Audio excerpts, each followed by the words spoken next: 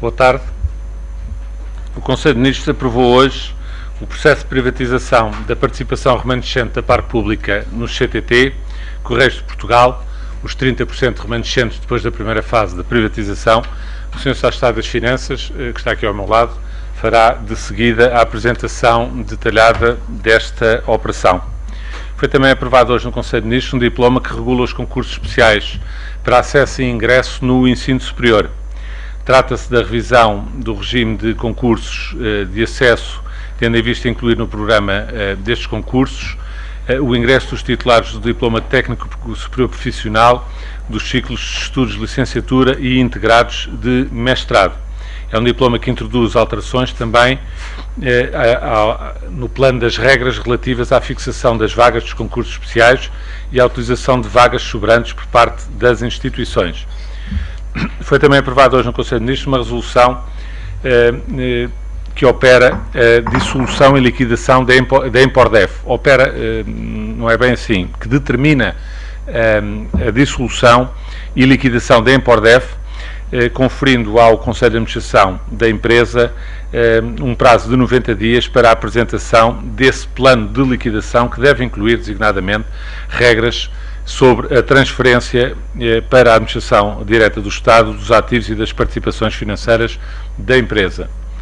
O Conselho de Ministros aprovou também hoje a alteração da resolução que define os critérios mínimos necessários e cumulativos para a emissão de portarias de extinção. Como sabem, atualmente as portarias de extinção só podem ocorrer quando a entidade empregadora subscritora da convenção coletiva cumprir o critério de ter ao seu serviço pelo menos 50% dos trabalhadores do setor da atividade, o que tem resultado em algum bloqueio da própria contratação coletiva, e conforme foi concertado com os parceiros sociais, o Governo alarga agora essa possibilidade, para além de se manter o critério atualmente que existe. Em alternativa, pode a entidade empregadora ser constituída em pelo menos 30% de micro, pequenas e médias empresas, casos em que as portarias de extensão podem também passar a ter lugar. O Conselho de Ministros aprovou ainda a alteração de diplomas para clarificar e regulamentar as competências do capitão do Porto, bem como os termos em que é admissível o funcionamento das concessões balneares e respectivos serviços complementares fora da época balnear. Foi também aprovado pelo Conselho de Ministros um diploma que transpõe uma diretiva da União Europeia relativa a medidas de proteção contra a introdução no espaço europeu de organismos prejudiciais aos vegetais e produtos vegetais. Trata-se de um diploma técnico de alteração de anexos a esta diretiva, que é uma diretiva já existente no âmbito da União Europeia. Foi também, numa atualização de uma diretiva europeia, aprovado hoje a transposição da alteração do Catálogo Nacional de Variedades de Espécies Agrícolas e Espécies Hortícolas, também uma alteração de natureza estritamente técnica que, de resto, como os senhores jornalistas sabem, é feita todos os anos em correções das diretivas por parte dos serviços da União Europeia. O Conselho de Ministros aprovou também hoje a inclusão do sítio Ria de Aveiro na lista nacional de sítios. A Ria de Aveiro trata-se de uma área de reconhecido interesse para a conservação de, nomeadamente, espécies de peixes migrantes e outros tipos de habitats estuarinos e costeiros, valores que são protegidos pela Diretiva Habitat da União Europeia. O Conselho de Ministros determinou ainda a suspensão parcial dos planos diretores municipais de Boticas, Cabeceira de Bastos, Chaves, Ribeira de Pena e Vila Pouca de Aguiar, na área destinada à implantação do sistema eletroprodutor do Tâmega, que, como sabem, faz parte do Plano Nacional de Barragens. O Conselho de Ministros afetou também, determinando, em paralelo, obviamente, medidas preventivas durante o período de suspensão destes planos diretores municipais para efeitos de avanço deste projeto eletroprodutor no Tâmega. Foi também aprovado hoje no Conselho de Ministros a afetação do domínio público militar do imóvel designado por Fortaleza do Pico de São João, no Funchal, passando a integrar o domínio privado do Estado, tendo em vista a sua cessão a título definitivo à região autónoma da Madeira. Como contrapartida por esta cedência para o domínio da região autónoma da Madeira, é transferido para o Ministério da Defesa Nacional a propriedade da embarcação Blau 7, bem como é continuada a cedência de direito de uso de instalações do designado Edifício Funchal 2000, que está atribuído ao Instituto de Gestão Financeira e Equipamentos do Ministério da Justiça. Foi também aprovado, por último, no Conselho de Ministros de hoje, uma autorização à realização de despesa destinada a suportar os encargos com a remodelação e infraestruturas da base aérea número 5, no âmbito da execução do contrato de alienação de 12 F-16, aeronaves F-16, à República da Roménia. Como se recordarão, trata-se de uma venda que foi autorizada já pelo Conselho de Ministros há cerca de 2-3 meses, por um valor global de 181 milhões de euros. De acordo com o contrato, na altura de aquisição destas aeronaves aos Estados Unidos da América, há cláusulas de pagamento de algum FII no caso de revenda, o que aconteceu. Ficou hoje autorizado pelo Conselho de Ministros a despesa. O FII representa pouco menos de 5% do valor total da venda, ou seja, 8 milhões e 600 mil euros de contrapartida que têm que ser pagas aos Estados Unidos da América, para além destes 2 milhões de euros de adaptação da base aérea número 5, por força do contrato com a Força Aérea da Roménia, em que se torna necessário algum trabalho de formação e de preparação dos técnicos e dos pilotos da Força Aérea da Roménia para operarem com estas aeronaves que lhes foram vendidas pelo Estado português. Eu peço ao Sr. Secretário de Estado das Finanças, então, para nos fazer a apresentação da medida hoje adotada pelo Conselho de Ministros relativa à segunda fase de privatização do CTT. Muito obrigado, Sr. Ministro. Ora, o Decreto-Lei número 129 de 2013 determinou o lançamento formal do processo de privatização do CTT em linha com o previsto no Programa de Governo e no Memorando de Entendimento na medida 3.18. Em 2013, foi concretizada a privatização de 70% do CTT através de uma oferta pública inicial em mercado de capitais que contemplou uma oferta pública de venda e uma operação de venda direta institucional. A privatização do CTT não se esgotou no momento da operação realizada em dezembro passado. De facto, e já através da resolução do Conselho de Ministros número 62 de 2013, o Governo reafirmou o objetivo de alienar a participação remanescente do CTT. Nestes termos, e de forma a dar continuidade ao processo de privatização de 30% do CTT, bem como à venda do lote de 1,5% do capital da empresa que veio a ser readquirido pela par pública após o período de estabilização, considerou-se essencial prever que, para além das modalidades de venda consideradas no Decreto-Lei 129 de 2013, a privatização se possa concretizar através de uma venda direta institucional como modalidade autónoma, a qual pode realizar-se através de sindicato bancário ou por dispersão direta junto de investidores institucionais. Nas atuais condições de mercado e à semelhança do que tem sido usual nos mercados nacional e internacional, a inclusão da possibilidade de dispersão junto de investidores institucionais potencia o retorno financeiro para o Estado e beneficia a empresa e o mercado. Possibilita ainda aproveitar o contínuo interesse no mercado nacional e, em particular, no CTT. À semelhança de anteriores processos de privatização, o Decreto-Lei hoje apresentado determina que, oportunamente, as condições específicas da próxima fase de privatização sejam posteriormente reguladas por resolução do Conselho de Ministros, nomeadamente o caderno de encargos, o número de ações e os critérios e modos de fixação do preço de venda e do preço unitário das ações. Pretende-se assim dotar o Governo dos instrumentos necessários para garantir os interesses do Estado e dos contribuintes, sendo para o efeito relevante assegurar uma maior flexibilidade neste processo de privatização. De modo a reforçar a absoluta transparência, o Governo decide colocar à disposição do Tribunal de Contas e à Comissão do Mercado de Valores Mobiliários todos os elementos informativos competindo à Comissão de Acompanhamento avaliar a conformidade, transparência e regularidade do processo de privatização.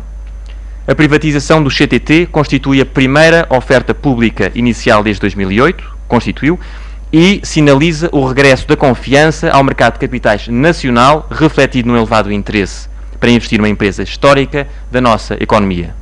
Ora, a dinamização do mercado de capitais nacional constitui uma fonte de financiamento muito relevante para as empresas e, desta forma, promove o aumento de investimento e geração de emprego. Muito obrigado. Ficamos à vossa disposição. da RTP. Para o Sr. Secretário de Estado, uma primeira pergunta. Pensa que temos o ambiente ideal para avançar com mais uma privatização quando temos empresários históricos como o Alexandre Soares dos Santos, que ontem à noite disse que pensa mudar a sede de um grupo como é Jerónimo Martins para Genebra, para Bruxelas, já que diz que não existem condições fiscais para continuar a exercer a atividade em Portugal. E para o Sr. Ministro, também pedir-lhe um comentário à proposta dos deputados do PSD de extinguir o Tribunal Constitucional e também de começar a abrir o processo de revisão constitucional. Obrigada. Muito obrigado, Sr. Ministro. Ora, a dispersão do capital em bolsa da empresa do CTT permite não só valorizar a própria empresa, como aumentar o volume e a liquidez do nosso mercado de capitais, mas principalmente garantir a permanência dos centros de decisão em Portugal. As declarações de um empresário português que admite sair de Portugal, a sua sede fiscal. Pedia-lhe um comentário, se fosse possível. Este Conselho de Ministros debruçou-se sobre o caso de habilitar ao início da segunda fase da privatização do CTT e, nesse sentido, é sobre esse tema que nos pronunciamos. Muito obrigado. Quanto à segunda questão, a questão que me colocou, que tem que ver com a proposta de revisão constitucional apresentada por deputados do PSD Madeira na Assembleia da República, não tenho nenhum comentário a fazer. Como sabe, a revisão constitucional é uma competência da Assembleia da República, competência dos senhores deputados, e cabe aos partidos políticos e aos senhores deputados pronunciar sobre esta matéria. Tanto quanto sei, os partidos da maioria, pelo menos o Partido Social Democrata a nível nacional, já se pronunciou sobre o assunto. O assunto é uma matéria do foro parlamentar. O Governo não interfere nas revisões constitucionais. Isabel Semedo, da TVI. Uma pergunta relativamente ao Grupo Espírito Santo. A minha pergunta é se o Governo não está de todo preocupado com a crise que se arrasta em todo o grupo, mas principalmente também com a guerrilha interna entre os dois primos, José Maria Ricciardi e Ricardo Salgado. Obrigado pela sua questão. Sendo certo que é assunto que não foi tratado no Conselho de Ministros, não deixo, no entanto, de lhe dizer que, do ponto de vista do Governo, como o Sr. Primeiro-Ministro já se pronunciou sobre o assunto, a questão relativa ao Grupo Espírito Santo está a ser tratada onde deve ser tratada. Existe um supervisor para a área bancária, para a área financeira em geral, que é o Banco de Portugal. O Banco de Portugal, como é público, tem acompanhado desde o início este processo e tem atuado de acordo com aquilo que entende ser as regras adequadas de supervisão e de regulação do mercado bancário. E é assim que deve ser, é assim que se tem passado, e as declarações do Sr. Primeiro-Ministro já foram claras sobre esta matéria. Boa tarde, Sónia Batista, da SIC. Vou insistir no mesmo tema. Ontem a Moody's pôs o rating, ameaçou um downgrade ao Banco Espírito Santo. O que vimos durante algum tempo foi o rating da República a influenciar o rating dos bancos e vice-versa. Não teme que esta situação, a ter este impacto negativo lá fora, afete também a imagem do país e estas avaliações que têm sido feitas? Depois, pergunto ao Sr. Secretário de Estado das Finanças, depois da semana passada terem sido aqui anunciadas as mexidas aos suplementos, houve muitos funcionários das finanças a mostrarem algum descontentamento, a ameaçar até parar com algumas cobranças. Depois desta situação, pergunto-lhe se já teve alguma conversa com os sindicatos de forma a resolver esta situação.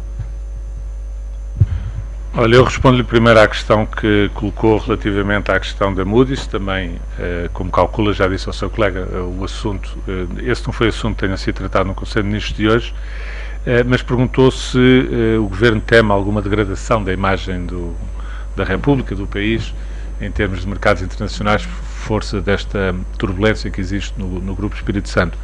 O Grupo Espírito Santo é um grupo privado e é tratado enquanto tal, e portanto sinceramente não me parece que haja qualquer extrapolação dos problemas internos de um grupo privado para o país e para a República, e portanto sobre esse aspecto havendo, como está a haver, uma atuação adequada por parte das entidades responsáveis, das entidades de regulação dos mercados financeiros, quer o Banco de Portugal a nível nacional, quer o BCE a nível europeu, não me parece que haja qualquer problema para o país e para a imagem externa do país.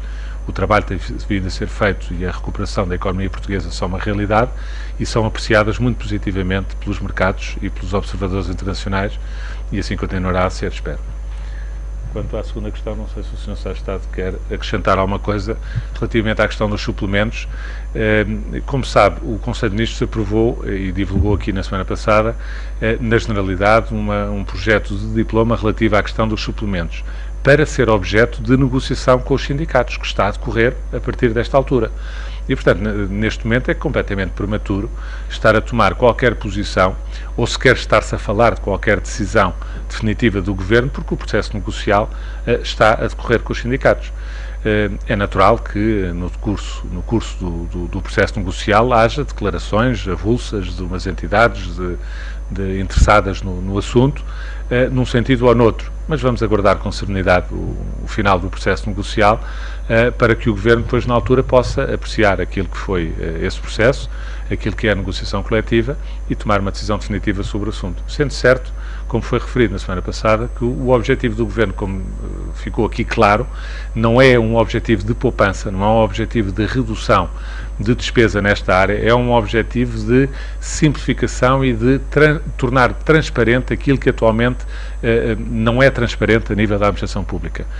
O conjunto variadíssimo de suplementos, como foi explicado aqui na semana passada, que existem em todas as áreas da administração do Estado, quer a nível central, regional, local, quer a nível de empresas também, é de tal maneira multiplicado que dá muito pouca transparência e, em alguns casos, obviamente, carece de uma racionalidade efetiva.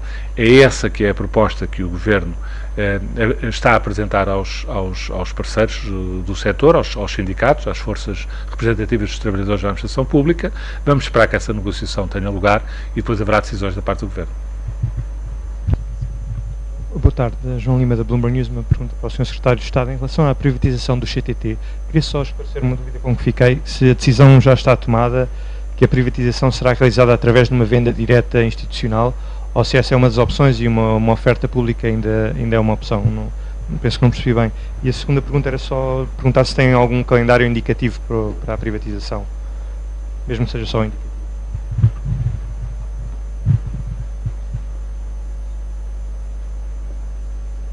Muito obrigado. Relativamente a este processo, o Governo já se tinha comprometido desde o primeiro momento, aliás, com o Decreto-Lei referido de 2013, com a privatização de 100% do CTT. Foi um processo que teve uma primeira fase que foi concluída com êxito e esta é, digamos assim, um Decreto-Lei que acresce às modalidades previstas no Decreto-Lei anterior a possibilidade de se poder fazer uma venda direta institucional isoladamente. Mas é de salientar que todas as modalidades, isto é, que o Decreto-Lei de 2013 permanece em vigor. Este processo irá ainda ser antecipado por um conjunto ou por uma resolução de Conselho de Ministros que definirá os termos e a forma desta transação. Relativamente à última questão que colocou, que tem a ver com o timing, esse timing também será avaliado e oportunamente definido pelo Governo. Só para clarificar um pouco, complementando o que disse o Sr. Secretário de Estado, a primeira parte da sua pergunta, se vai ser necessariamente uma venda direta institucional ou uma OPV. Como disse o Sr. Secretário de Estado, o diploma inicial já previa as várias modalidades. O que este diploma apenas faz é dizer que as modalidades podem ser combinadas entre si ou podem ser feitas isoladamente. E, portanto, clarifica que não é necessário para este segundo lote, o primeiro lote, como sabe, foi a primeira fase, foram 70%, nesta segunda fase, que são 30%, aos quais vão acrescer aquele 1,5%, como consta do comunicado, que resultou da estabilização do mercado na primeira fase. O Estado, de uma forma transparente, vai colocar a totalidade agora para a segunda fase, e nessa segunda fase pode ocorrer ou isoladamente uma venda direta institucional ou em conjunto, ou, portanto, o que este diploma faz é apenas flexibilizar mais a possibilidade de combinação ou de atuação isolada numa das modalidades nessa segunda fase. E isso será oportunamente decidido pelo Governo, de acordo com o acompanhamento que naturalmente fará das condições de mercado, assim que o diploma esteja promulgado e esteja em vigor. Com licença, posso falar inglês? Sim. I'm Harold Schumann. I'm a journalist from Germany working on a documentary about the work and the results of the Troika in the crisis countries of the Eurozone for German television and for French-German channel Arte. Since several weeks we have tried to get or to ask for an interview with ministers of your government. For example, we have asked the Ministry of Finance, Mrs. Albuquerque, we have asked the Minister of Labour, we have asked the State Secretary or State Minister with the Prime Minister, Mr. Moedas. They all have outright denied to give us an interview. Is there a certain reason not to work with us on this documentary? You know, this will be shown all over Europe. We have sold it to Spain, to Britain, to France, to Germany as well.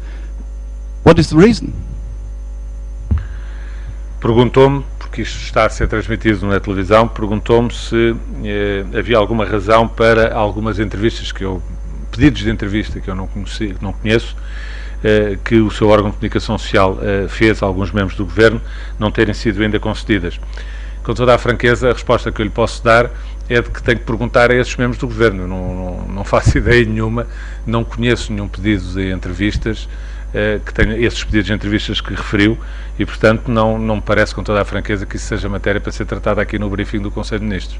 Isto tem que ver com o funcionamento do Conselho de Ministros, não tem que ver com as agendas pessoais dos ministros. Se há algum órgão de comunicação social que pediu entrevistas a membros do Governo e ainda não obteve respostas favoráveis, o que deve é voltar a dirigir-se a esses membros do Governo, é a única coisa que eu lhe posso dizer com toda a franqueza. E pedia que esse assunto não fosse assunto que ocupasse aqui o briefing do Conselho de Ministros, porque isso não tem rigorosamente nada a ver com o Conselho de Ministros. May I add two questions? One is, in one instance we were told that the interview is not granted because my person has a bad reputation. Could you find out what is meant by this and what did you find out? And in addition to this, is it usual here to do certain journalists on a blacklist and then say, well, with you we don't talk? Com toda a franqueza, isto não é uma conferência de imprensa e eu não estou aqui para tratar de assuntos da agenda pessoal de cada um dos jornalistas que vêm ao briefing do Conselho de Ministros. Isto é o briefing do Conselho de Ministros para tratar e para responder a perguntas que os seus jornalistas queiram colocar sobre aquilo que se passou hoje no Conselho de Ministros. Está-me a colocar questões que têm que ver com a sua agenda enquanto jornalista, junto de membros do Governo. E com toda a franqueza, a única coisa que eu tenho para responder é que isso tem que ser tratado junto dos próprios membros do Governo e não aqui no Conselho de Ministros. Peço desculpa, mas não tenho mais nada para lhe dizer sobre essa Until matéria. when we can wait for a question, for an answer to my questions? When I may call you? Por amor de Deus, eu peço-lhe com toda a franqueza que não insista numa matéria que não tem nada a ver com o Conselho de Ministros. Eu não lhe posso dar respostas relativamente a pedidos a outros ministros. E, portanto, não sei, tenho que falar com os próprios ministros, com toda a franqueza, não lhe posso dizer outra coisa.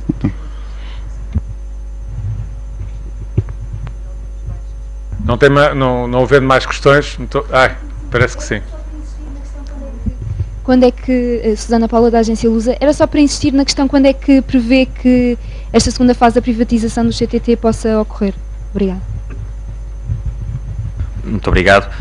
Como sabe, sendo um decreto-lei, há prazos legais mínimos que têm que ser cumpridos e um processo que segue um procedimento normal e que, adicionalmente, haverá ou esta matéria será regulamentada através de uma resolução do Conselho de Ministros. E, nesse momento, então, tanto a modalidade final como o próprio caderno de encargos, o número de ações e os critérios para a fixação do preço de venda e preço unitário serão definidos. E, portanto, esse momento será oportunamente definido pelo Governo. Vou aproveitar a boleia e falar de agendas pessoais. É a notícia do dia. Eu ia perguntar-lhe se o jogo desta noite da seleção portuguesa foi abordada no Conselho de Ministros, se falaram das vossas expectativas e já agora que nos fale dessas expectativas, por favor. Não foi abordado num Conselho de Ministros, mas eu penso que no plano pessoal a expectativa de todos os membros do Governo é igual à expectativa dos 10 milhões de portugueses no continente e dos outros milhões de portugueses nas comunidades portuguesas fora do país. É de que Portugal consiga uma vitória, seguramente, mas não é matéria, obviamente, tenha sido abordada no Conselho de Ministros. Esperemos pelas 5 da tarde para ver se vamos ter uma alegria. Seria bom. Muito obrigado, boa tarde para todos.